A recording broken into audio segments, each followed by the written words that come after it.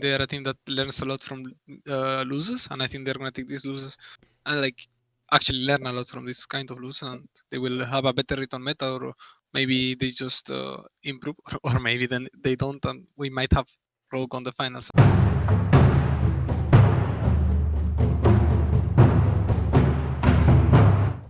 Hi everyone, it's Tom reporting from the LEC Spring Split, and with me here is Elyoya, the jungler of Mad Lions, who just defeated G2 3-1 in pretty dominant fashion and have fought their way into the grand finals of the LEC Spring Split. Elyoya, I saw you on PGL and you seem pretty calm there, but inside you must be quite excited. I mean, yeah, this feels really well, but I think I was more, I would say, excited after we beat Rogue, because it was like my first time. So I think that is the time like where I had like most feelings, like going around and everything. Now I'm more calm than, yeah, I think I'm more calm than like better, I would say. Or is it maybe also the fact that you haven't fully realized that you're in the actual grand finals? Might be, actually, that might be too. Yeah, let's just walk through the series, because I think nobody expected it to be this one-sided. I guess game 3, obviously they struck back quite well, but overall you guys looked extremely dominant. So talking about your practice this week, did it all go well? Did you feel everything is going our way? I think this week was not so great in practice. I think we had some bad days, but overall I think we all know what we want to play for, and like we also had like really good days, so we were still confident and like everything was fine.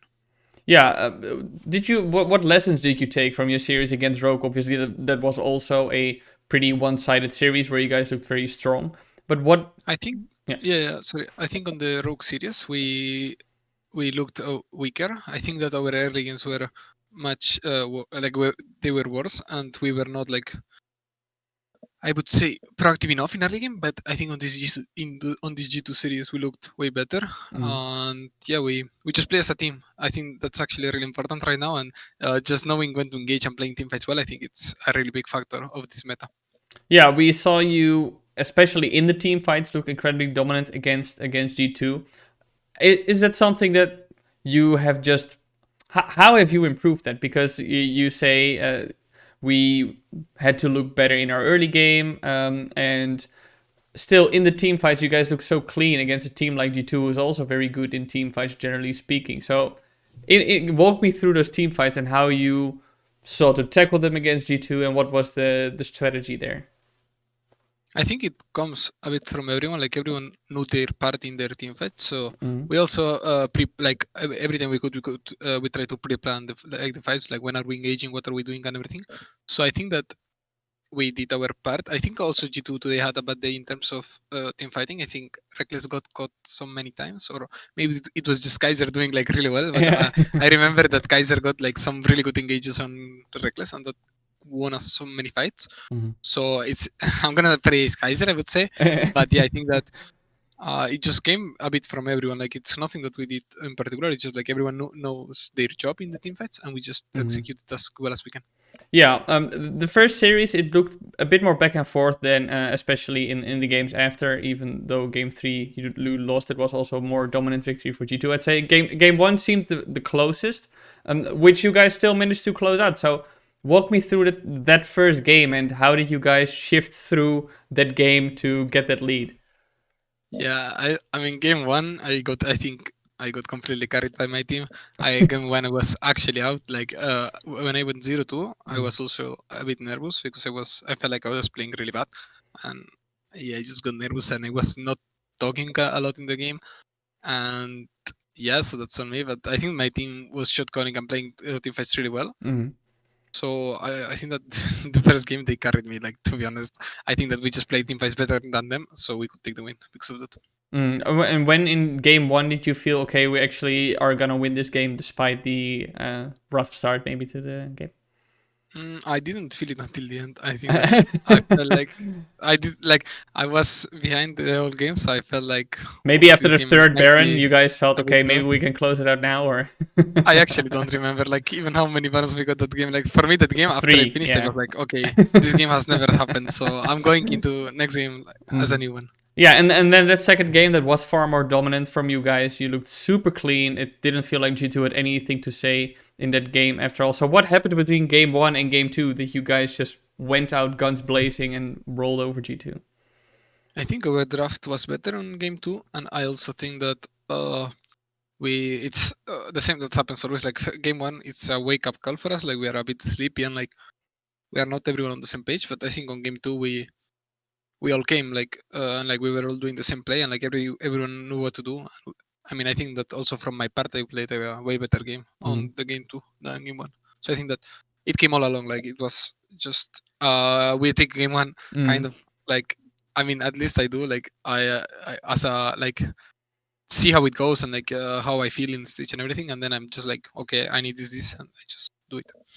So then you win game 2, right? And you're 2-0 up against G2 in the upper bracket finals. You're 1 game away from that grand finals. Is it difficult for you guys to go backstage and then take a breath and say like, okay, guys, we're 1 game away, but we cannot get too excited now? Because I can imagine that you're almost bursting of excitement at that point. I mean, yeah, we were for sure pretty excited, but Mac did a really good job, and like he was telling us at every moment, like, guys, this is not over. G2 is really good at coming back from cities, so you need to be really careful. Like,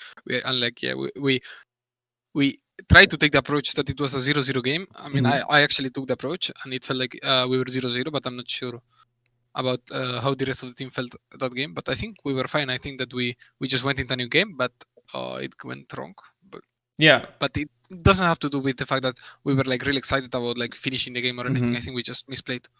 Yeah, or maybe because you thought it was a 0-0 game and you guys always need to wake up at the start of a series that you guys yeah, maybe maybe you guys lost because of this. No, I mean, but that game happened and G2 looked pretty comfortable in that third game. Then game 4 and you guys came out very strong again. It rarely felt like G2 had actually much to say as well. So let me then ask you, during game 1 you didn't know when you had won, but during game 4, was there a specific moment where you realized we're actually gonna do it? I think on game 4, when Jankos went for a bot dive, instead of taking his top camps, I felt like really comfortable because I know I was gonna be really ahead in the jungle matchup, and I think that falling so behind in jungle matchup, it's a mistake because jungle can impact like really hard the game if you have a 2 levels lead. Like you can just force pretty much everywhere. So I think that at that point I was feeling quite comfortable, but I was not like, okay, the game is completely won, because then like my bot lane, I mean, we died on bot lane and everything, so it went a bit bad. But overall, I think that game 4 was under our control and like I was confident on taking the win. All right. Now, obviously, when you win, there's a lot of excitement. But what was the first thing you guys said to each other when you guys closed out the game? I think it was just like nice or everything. Like there was no. I mean, maybe there was, and I cannot remember. Yeah. But I think it was just like everyone was really happy and like, yeah, like no big words. Like, yeah.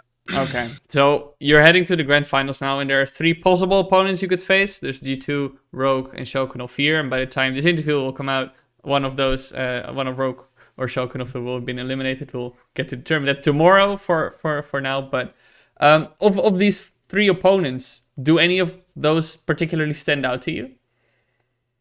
I would say it's still G2. I think G2 is gonna come back way stronger to the finals, and I think that's going to be the real banger of BO5. I mean, I'm pretty sure that like all the BO5s that are remaining are actually gonna be really good. I think that Rogue Shulk is gonna be quite good, and I have the same feeling for whoever passes of that side into G2. I think is also gonna be really good.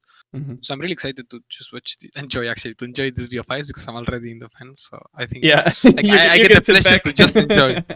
You sit back and enjoy. Exactly. Yeah, but you do think that G2 is gonna be the one you'll be facing in the finals then? I think so, yeah. Was there something you felt during the games that you played today that you felt like, okay, but these guys are going to come back, or is it just something you're basing off how they're generally performing? I think it's more on how they generally perform. I think they are a team that learns a lot from losses, and I think they're going to take these losses and like actually learn a lot from this kind of losses, and they will have a better return meta, or maybe they just improve, or maybe then they don't, and we might have rogue on the finals. I don't know, but that's my prediction is that G2 is gonna be there again.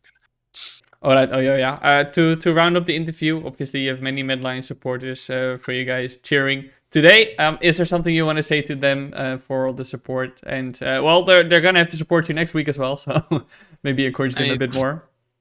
Yeah, it's the same that I always say. Like, actually, the crowd makes a difference. I mean, in these times we cannot have crowd, but the support and everything in Twitter actually helps a lot to the players.